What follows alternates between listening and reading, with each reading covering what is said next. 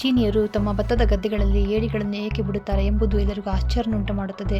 ಇಲ್ಲಿ ನಾಟಿ ಮಾಡುವಾಗ ಇಲ್ಲಿ ಸಣ್ಣ ಏಡಿಗಳನ್ನು ಮಾರುಕಟ್ಟೆಗೆ ತಂದು ಅದನ್ನು ಬಿಡಲಾಗುತ್ತದೆ. ಇದರಿಂದಾಗಿ ಕೀಟಗಳು ನಾಶವಾಗುತ್ತದೆ. ಯಾವುದೇ ರೀತಿಯ ಕ್ರಿಮಿನಾಶಗಳನ್ನು ಬಳಸದೆ ಕೀಟಗಳು ನಾಶವಾಗಿ ಅದರ ಪರಿಣಾಮವಾಗಿ ಏಡಿಗಳು ಚೆನ್ನಾಗಿ ಬೆಳೆಯುತ್ತದೆ. ಇದರಿಂದಾಗಿ ಈ ಏಡಿಗಳನ್ನು ಮಾರುಕಟ್ಟೆಯಲ್ಲಿ ಮಾರಾಟ ಮಾಡಲಾಗುತ್ತದೆ.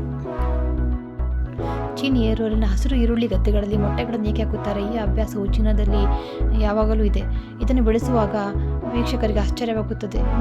ರೈತರು ಮೊಟ್ಟೆಗಳನ್ನು ಕುದಿಸಿ ಮತ್ತು ಆ ಮೊಟ್ಟೆಗಳನ್ನು ಗೊಬ್ಬರವಾಗಿ ಬಳಸಿ ಸಸ್ಯಗಳೊಂದಿಗೆ ಮಣ್ಣಿನಲ್ಲಿ ಸೇರಿಸುವುದು. ಈ ತಂತ್ರವು ಈರುಳ್ಳಿ ಬೆಳವಣಿಗೆಗೆ ಸಹಾಯಕವಾಗುತ್ತದೆ. ಚೀನಾದಲ್ಲಿ ನೋಡಿ, ಜಟಿಲ ಬೆಳೆಗಳು ಬೆಳೆದಾಗ ದೊಡ್ಡ ರೈತರು ತಮ್ಮ ಹೊಲಗಳಿಗೆ ಬಿಡುತ್ತಾರೆ. ಬಾತುಕೋಳಿಗಳು ಬೆಳೆಯುವ ಕಳೆಗಳನ್ನು ತಿಂದು ದೊಡ್ಡದಾಗುತ್ತದೆ. ಬಾತುಕೋಳಿಗಳು ಹಿಕ್ಕೆಗಳು ಗೊಬ್ಬರವಾಗಿ ಕಾರ್ಯನಿರ್ವಹಿಸುತ್ತವೆ. ನಂತರ ಬೆಳೆಗಳು ವೇಗವಾಗಿ ಬೆಳೆಯಲು ಸಹಾಯ ಮಾಡುತ್ತದೆ.